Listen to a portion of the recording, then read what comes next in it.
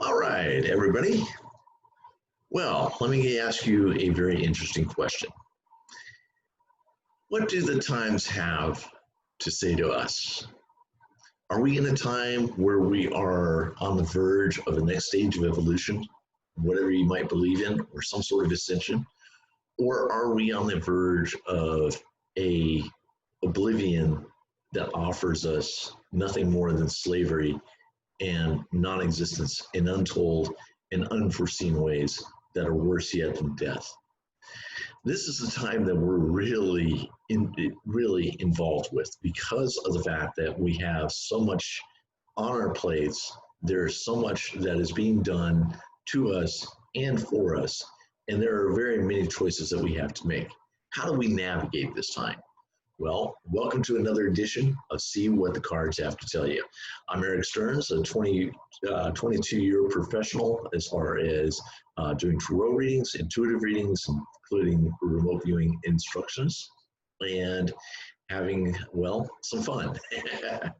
Taking advantage of this quote-unquote crisis in order to do some stuff that is more creative. So anyways, without further ado, I'm going to basically share my screen. And first of all, before I do that, I want to apologize, first of all, for kind of the quality of delivery of the first couple of episodes. You know, even though I've done this before for so many years and stuff like that, it's kind of different when you're trying to do videos and you're trying to talk to the masses without there being a lot of interaction and stuff like that.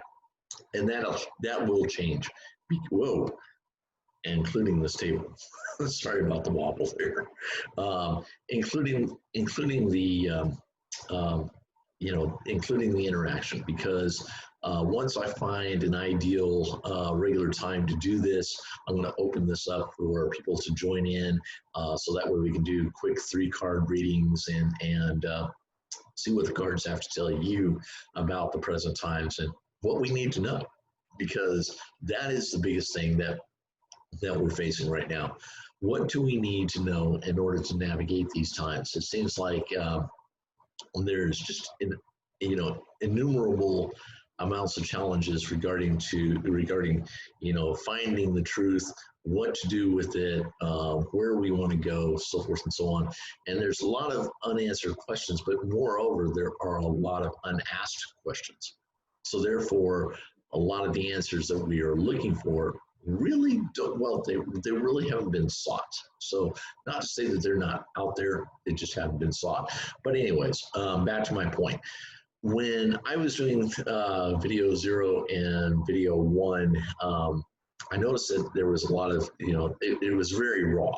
It's still kind of will continue to be. And the reason why is because of the fact that not only am I doing this kind of in a more of a public forum, but at the same time, like you, most likely, I've been going through a lot of changes, a lot of chaos, a lot of things in my life that have basically turned, well, anything and everything upside down, from the living situation all the way to all the way to, looking at things spiritually and so forth and so on. So with that said, it's kind of like when you kind of achieve a new level, it's kind of like you have to kind of go back to basics in order to figure out, in order to kind of reintegrate, some of the preceding skills that you've had before, and be able to integrate those more smoothly and use them a little bit more smoothly. The other thing is, based on that, I've also seen times where, or basically, it's a time of where my consciousness is being expanded. So therefore, the information that comes through, I'm kind of like going, wait, what? Can you slow down a second? Can I see what's going on? And that's what was happening to me the last couple of weeks, especially the last week. And I was like, well, maybe I should redo the video. Maybe I should take it down. And I thought, no, I'll just leave it up there because I already got a few likes off of it and stuff like that. And it was, it was pretty cool because obviously it was resonating with some people. So I just kind of figured I kind of do what a shaman friend of mine would do. Is it's like, you know what? wait 4 days and it'll all go clear. So I think I waited about 5. So I think we're good to go. So welcome to the third episode, actually episode number 2 of see what the cards have to tell you. And of course, a little bit of administrivia. If you like this video, like it, share it if you will. Also, I'm getting these compiled into another YouTube channel, and I'll tell you what that is. And your subscriptions are very much appreciated, as well as your comments and questions. So without further ado, now that we got that out of the way, and I've totally apologize for my embarrassment. Let's get things started. So I asked basically what we need to know, with regards to the present situation. And we know what that is. I'm not going to say what it is, and I'm sure as hell not going to use these Orwellian cliches like, we're all in this together, and it's a new era, or unprecedented times, it's a new normal, I'm BS. It's, because it is. So I'm not going to use it. We all know what it is. We all know that right now we're feeling like we're on the ropes, and we're just kind of trying to get our bearings and trying to get to, some sort of reckoning on the situation. And this is what these videos are about. So the first card, and I'm going to go ahead and share my screen here, so that way you can see the cards. All right. So so first of all, the East card is that of the Seeker of Feathers. What this is saying is that since this is on the East side, what this is basically saying is this is a chance for us to kind of, or not necessarily a chance, but basically kind of almost a mandate that we have to kind of dance with the situation. We kind of have to go with the flow. We see here the shaman with his staff. We see the hawk or the eagle right above him. We see the turkey feathers that he's wearing in his regalia, and he's dancing. And what this is saying is that right now we are learning how to go with the flow, and it relates directly to the elemental feathers, which comes up in the Mother Earth position, in the founding prophecy position, and I'll explain a little bit more about that. But right now, what we're doing is finding our strength in order to basically have a greater understanding of not only how things flow, but also how we can adapt and how we can basically manifest a picture or a future as far as what we want, what our values are, what our values stand for, and what we want to see. And so therefore, what we're having to do is we're having to basically dance a ceremony of dance, and at the same time visualize what it is that we're trying to manifest. And right now, of course, as I said back in a couple of other readings, that comes down to our value systems. And right now, our values are not only being challenged, but we're being challenged to reevaluate those and really get down to the core of what we really believe is basically the highest for us. So, all right. So great. I want to make sure that that's screen sharing. I can't see the video itself. Okay, so the South position is that of the Eight of Shells, and this is talking about detachment. So what's going to support us is getting, well, I wouldn't say getting rid of the fear, but detaching ourselves from the fear, detaching ourselves from the situation of, what the media is giving us as far as this narrative, as far as COVID, the race riots, and, all the stuff that's going on right now. We need to, what's going to support us is basically a sense of detachment, saying, okay, yeah, this is happening, this is going on, but I'm not going to give into it emotionally. I'm not going to give my power to it. And so therefore, what happens is that because of the fact that we're unattached, we make ourselves that much more invisible to the situation at hand. and therefore we're not necessarily such a big target with what's happening and all that stuff. We can call the BS when we need to and not have to worry about, well, gee, you know, am I going to get COVID? Am I going to get more infected in the second wave and stuff like that? You know, you basically look at this like, okay, this is what the situation is, you know, and this is the way that I'm going to deal with it. And this either doesn't, you know, it makes sense or it doesn't make sense. If it doesn't make sense, then we push back, and we do so without anger. We do it without fear and saying, look, facts are, this doesn't make sense, and so therefore we're going to do things differently.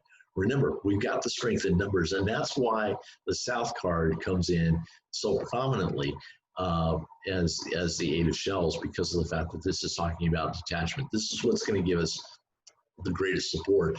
And also, if you know, if that wasn't enough, that also gives us a bigger blessing, as it were. A bigger blessing as far as being able to really develop our communities without the fear and without the emotion, without the attachment to, you know, to certain narratives and certain, you know, stories that we tell ourselves and so forth and so on. This is basically what's going to give us the greatest support, is that of detachment. So, in other words, don't give in to the mainstream media fear, basically. The Star card, which is on the west here, is the greatest advantage. So I kind of scratched my head about this because I very rarely get the Star card when I do readings. But as you can see, you've got the Merkabahs up here, and you've got the Merkabah here in the open hands, and you kind of see that the flow seems to kind of go back and forth. There's really no direction as far as the flow, but it seems to be bidirectional. And so what this is saying is that our greatest advantage, our prayer, as it were, and our dream is that of finding the inner flow, finding how we can move through this, and trusting our own inner guidance. When we see the Star card, that's basically the intuition. This comes in upside down mainly because of the fact that what we're doing is we're learning how to use that compass within and basically make our own judgments, make our own decisions, and say, okay, these rules, okay, they make sense. I can see where they're appropriate. We can follow these to a certain degree until, you know, such time as they're not necessary. And also being able to see the goalposts move and say, no, sorry, that's not going to happen. And so therefore, you know, because of the fact that that does not actually adhere to our, you know, adhere to our value system, or what we deem as being correct and what we know to be correct and what we know to be valid, then therefore what happens is that we go on our inner compass. And that's what that Star is basically about. So that's what our greatest advantage is going in that inner compass and actually challenging and actually pushing back against some of the crud that we're seeing with regards to these draconian measures. And they are draconian, there's no question about it. All right, so we got through the detachment, we got through the Star. Now we see in the upside down position, this is the north position, the Nine of Shells, which is talking about gratitude. Now, this is interesting. This kind of came up to me as kind of a personal kick in the butt, but also it's kind of I wouldn't say swift kick in the butt, but it's kind of a kick in the butt because of the fact that what we're learning is gratitude for what we have, and gratitude for what gives us our moral agencies, what gives us our humanity, and what gives us, you know, the power to be the spiritual beings, if you will, in the human experience, and be able to be grateful for that. That's what we're learning, and that's what helps us to hold on to that new world, as it were. That allows us to hold on to the vision of freedom, the vision of liberty and so forth and so on, and being out of slavery and stuff like that, is having an attitude of gratitude that allows us to basically hold on to those principles, to hold on to those blessings, and not have them taken away from us. Right now, what this is showing us is that there's a lot that we've taken for granted, a tremendous amount that we've taken for granted. And so therefore, now what we're having to do is we're having to be, we're having to change our frame of mind to being grateful for what we have and being able to preserve, cherish, and hold on to it. So that's a big thing right there. And that's what we're learning at this present time, is being grateful for each other, being grateful for what we have, being grateful for what makes us human, what gives us the moral agencies between right and wrong, so forth and so on. Now, the prophecy card is really interesting because of the fact that you see the tree dancing in the wind. This is the elementer of feathers. A quick little story that I like to relay is a friend of mine and an elder were talking, and the question came up as far as, when do you think a tree is strongest? Well, you know, there was all sorts of speculation that the tree was strongest in the summer when it was, you know, full of leaf and bearing fruit, if it was a fruit-bearing tree. Excuse me, I got the hiccups. And others said, no, it's in the spring when it's budding, and there's, you know, it's just beginning to, you know, put out its leaves. So therefore, you know, it's having to, you know, adjust to the increasing sunlight and so forth and so on. But really what the situation was that the strongest season for that tree, or the strongest time for that tree, was in the wintertime, when it didn't have any leaves on its branches, when it didn't have any fruit or flora or anything like that blossoming. It was in the wintertime when the cold winds moved through its branches, but it was unaffected. And this is what the elementer of feathers is talking about. When we get through this, what we are offered is a greater amount of strength, that we can move through adverse situations, no matter what's thrown at us, in order to basically, you know, in order to basically not only withstand, but be resilient to the point where we flourish. That's what we're being moved towards. That's part of the test. Can we move through these changing times, these rapidly changing times, and all this chaos that's generated from it? Can we basically be that tree in the wintertime, be that tree in the wind, where we either dance to it, we bend to it, or it just doesn't affect us at all? But either way, it doesn't break us. And so therefore, the final card in the prophecy is that of the three of feathers. This is peace, okay?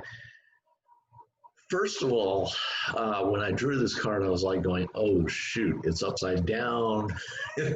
You know, are we resisting this, or are we in for a time that is of no peace? And really what this is saying is that between the elementer of feathers and the three of feathers, this is basically saying that the trial is nowhere near ending. As I said before, the 2020s are basically our test, but the main part of the test, what's really going to set us in the direction that we're going to go, is this year. And it's more like we've got to get our act together, we've got to get our stuff together and really move into an era that's more empowered. If not, our power is going to be taken away from us, and it's going to be taken away forever. If you look at the powers that be, if you look at the governments, if you look at the, you know, the CDC, if you look at, you know, the World Freudian slip there, World Health Organization, the UN, so forth and so on, the defunding of police departments and stuff like that, we're seeing that basically there is, what we're basically being told is that there is going to be no peace because of the fact that they want us enslaved. That's the way that they want peace. 1984 Atlas shrugged, sort of situation is what they're trying to develop here, and they're working, quite furiously in order to do this. And unfortunately, what's happening here is that still I see that the vast majority of us, even though there are more and more of us, waking up and taking action, there are still a bunch of sheeple out here. Austin, I'm talking to you. Okay. Anyways, the fact of the matter is that this trial is not ending. But if we get through this, if we stand up and we say, nope, this is not appropriate, this is not happening, not on our watch, we will achieve that inner peace. So that's what that card ends up representing for us, is that of, in the final outcome, in the final analysis, we will achieve that inner peace. And it's that inner peace that will give us that sustainable world, that peaceful world, that empowered world, that human world that we really want to, and that we so crave and that we so desire. The shaman comes in on the seventh direction because of the fact that he's showing us that we really have to rely on our inner skills. This is the shaman right here. We have to rely on our inner skills in order to do this. This is something that we have the ancient wisdoms to deal with this. We have the fortitude to deal with this. We have the power, but we have to claim it. We have to own it. And that's what the shaman is referring to. Now, if you look at the Mother Earth, Father Sky axis between the elemental of feathers, the shaman, and also the three of feathers, this is basically saying the shaman within is helping us to move through these chaotic times and move through a situation that is anything but less than optimal. And then if you look at the east-west, okay, he's also facilitating the dancing between between the seeker of feathers and the star. He's helping us to maintain that flow, to be detached and be dependent on our moral compasses and our inner compasses with regards to our human intuition, our human thought, and our human being, as it were. North-south, detachment, and then of course shoot, what am I saying here? Can I go back here? Look at the north card, which is the nine of shells, which is talking about, or excuse me, nine of shells, which is talking about gratitude. What he's doing is basically he's saying part of our power is being grateful for ourselves. And when we are grateful for ourselves, then we treat ourselves as we wanted to be treated.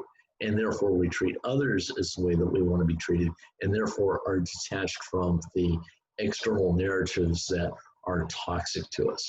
So that's what we're really dealing with as far as the first deck is concerned.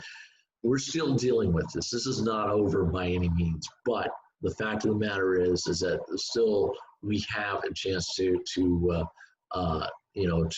get through what we're getting through and really make it a positive experience. Now, let's go over to the next deck. I did this from the shaman deck, since we have shaman coming up so many times anyways in the deck. We have on the east, we have the conch shell, which is talking about the calling. What's being challenged to us is what's calling from within. We have to turn the ears within to us. What are we saying? What is our voice wanting to say? What do we need to give voice to that is within inside us that needs to come out? That's why the conch shell comes up upside down in the east. This is basically saying we need to give an external voice to the voice within, not the other way around.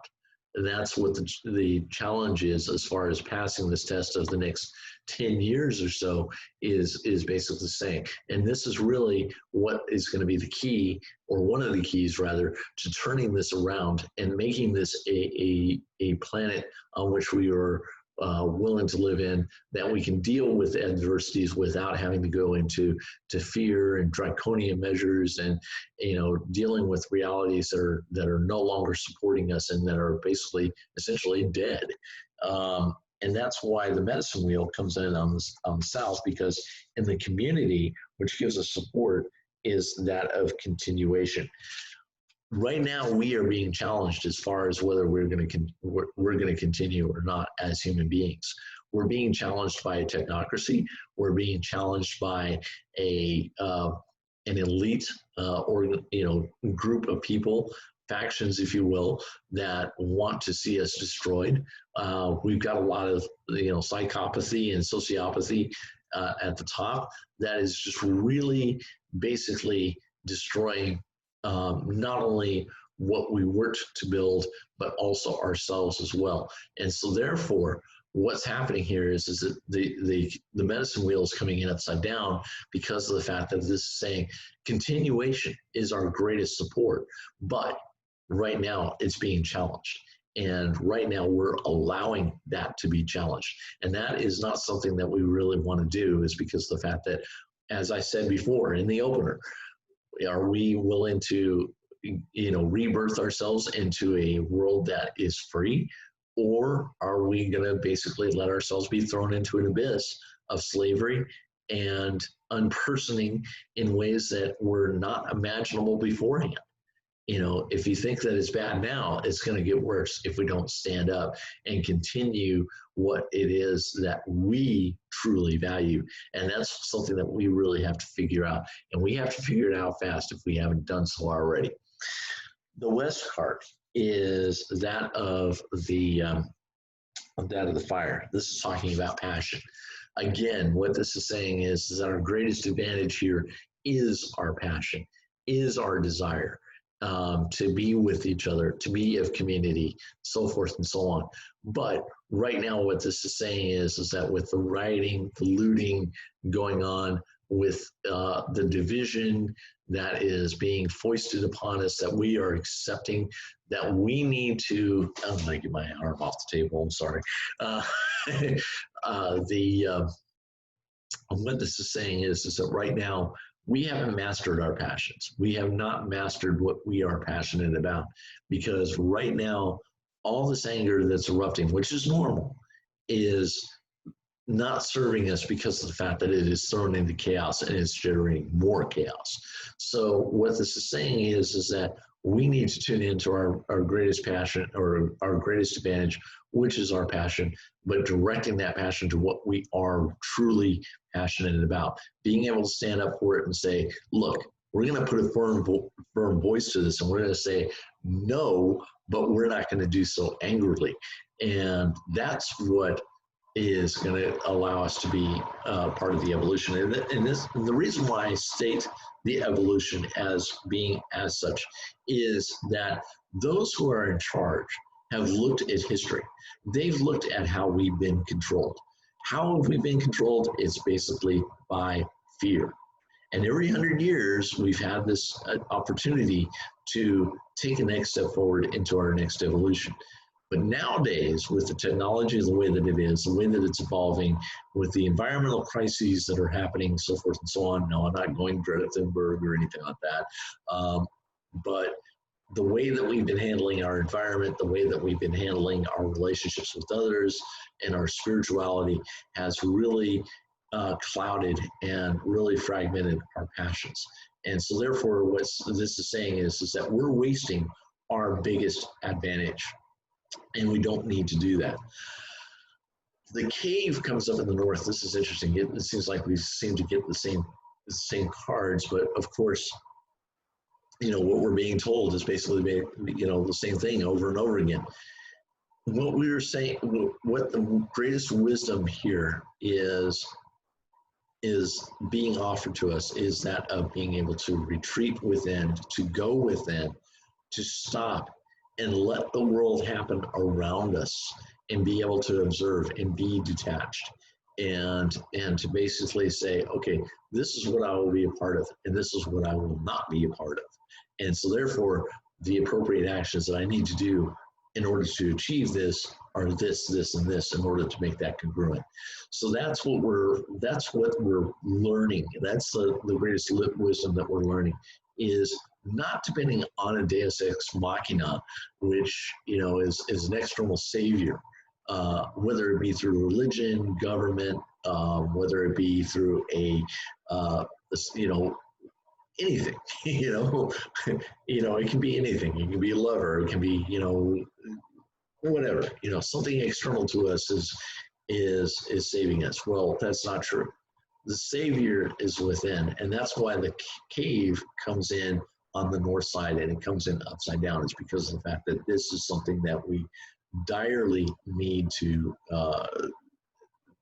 learn, that we need to ascertain for ourselves and really learn for ourselves in an empowered way. Accessibility comes in upside down. Again, this talks about being of the internal, accessing the dreams within, accessing the values within. Because in the Father Sky position, we see the shaman again talking about completion. Well, again, this is not necessarily about getting this over with. This is basically taking the next step. Because again, even though say like for instance, to give you a real world experience, what people are saying is the fires have died down. We're going to go back to some sort of normal, that we're going to be giving back all these rights that we've lost and so forth and so on. No, this is saying that this battle is not over. We have to not only take it back, but we also have to keep it as well. And so therefore the shaman is saying, don't rest on your laurels. Don't even think about it. We're right now in the beginning of this trial. We're in the beginning of the stage where we are being tested, and we're testing ourselves to see whether or not that we will be able to move out of that fear with discernment and actually take back our power and do so in a way that is not belligerent to those around us. And so that's basically why the shaman is saying, yes, there is a completion, but it's an inner completion because of the fact that the challenges from then on are going to be that of taking the responsibility as far as maintaining the world that we really want. All right, so the insects talks about support. On here, what struck me first of all was that you have the dragonfly right here and you have the butterfly. This is talking about transformation. And if you look here on the three axes, what are we talking about? We're talking about detachment. We're talking about community. We're talking about, we're talking about that back there. I didn't click on you. All right. So if we do, if we look at the axes of, if we look at the axes of the cards, basically what this is saying is that, are we willing to transform by using these tools around us, by using the detachment, accessing the values within, accessing the passion within, using that with appropriate power, so that way we can bring this to a completion and move on to the next thing in a brighter, more empowered, and more fearless and even fierce way. So, and what I mean by fierce is meaning that we stand who we are. We're rock solid in planting our roots, and therefore, we'll stand to anything that challenges us, and we will stand so in an empowered way. That's what fierceness means. It's not basically like, I'm angry, I'm going to kick your butt, and so forth and so on. What this means is I'm driven. I am going to do this in a fearless way, and I'm going to do it in an empowered way with the clear vision, hence 2020. And that's why this challenge that we're up against right now is perfect, because it's in 2020. Do we have the 2020 external sight, or do we have the 2020 internal sight? And are those providing a clear conduit that we can act appropriately with? All right, so that's that one. And then we'll go back here. zoom out, zoom back in. All right. So the animal medicine cards were very interesting. As you can see, most all of them are basically upside down, except for the prophecy cards. So what do we have here? We have the owl, which is in the east. Of course, what this is saying is that we're dealing with a lot of illusion, we're dealing with a lot of lies, we're dealing with a lot of dis and misinformation, and we're having to get through this as much as possible. What this is saying is that this is a time to wake up and really be proactive, okay? In the South, excuse me, in the South we have the jaguar, talking about mastering the inner truth, talking about mastering the inner truth of who we are and being that of who we are. Are we being impeccable with what we are saying that we want to be? Are we taking the right actions, the appropriate actions, in order to deal with this in a proper manner and to help take care of each other in doing so? That's what Jaguar is about. That's what's going to give us the greater support, is coming back and realizing what our innocence is, and realizing, hey, we've got more to this than meets the eye. There's more truths that lay within us and within each other, and within exploring and digging into the story, behind the story that meets the eye. That's what Jaguar is all about. It's about discerning the truth and tapping in to what's called the ancient wisdoms. Alligator is interesting. I'm not surprised that this comes up in the West because of the fact that it talks about anger, but it also talks about integration. How are we integrating all this? How are we integrating the lessons? How are we integrating the dialogue within us? How are we integrating the dialogue between each other? That is our greatest challenge right now. That's why it comes in up on the upside down, is because of the fact that right now we have a great advantage, but we can't grasp it yet because of the fact that we're so scatterbrained. We're caught up in the emotion, we're caught up in the energy of the situation, rather than being in the present, in the now, and being able to say, okay, yeah, this works, this doesn't, this is not real, this is real, and being able to make cognitive, empowered decisions based on that. In the North, we have the wolf upside down, because the wolf is saying, look, we have the ability to represent, we have the ability to hunt this down.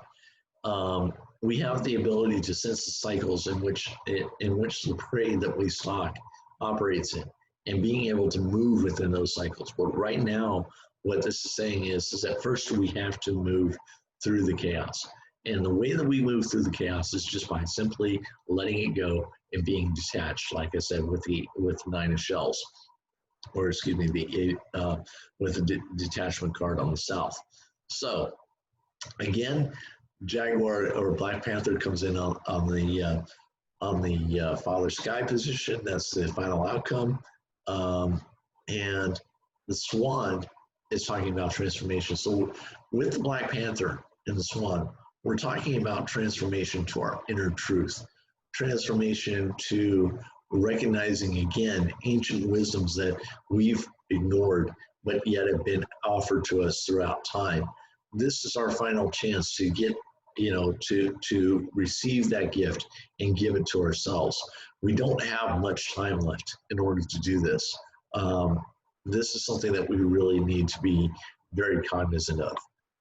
So that's the Black Panther, is realizing we have the ability to move within ourselves. Now the salmon is very interesting, because the two things that came up was rebirth and also coming home. When we come home to ourselves, when we come home to what really humanity means to us, and realizing that, yes, and I'm going to say this, I don't care what anybody else says, all lives matter, okay?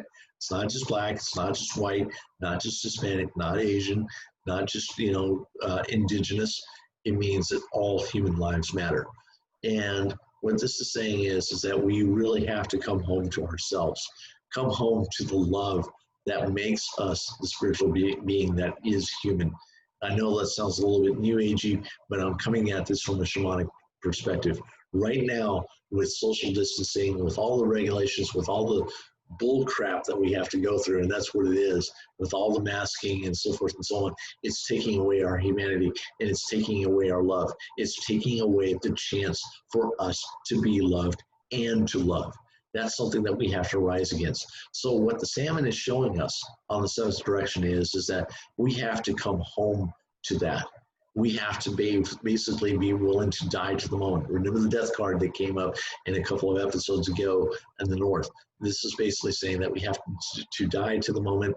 We have to release what does not serve us anymore, i.e. these regulations, and say, we want the truth because we are human. Not that we want to be human, we are human.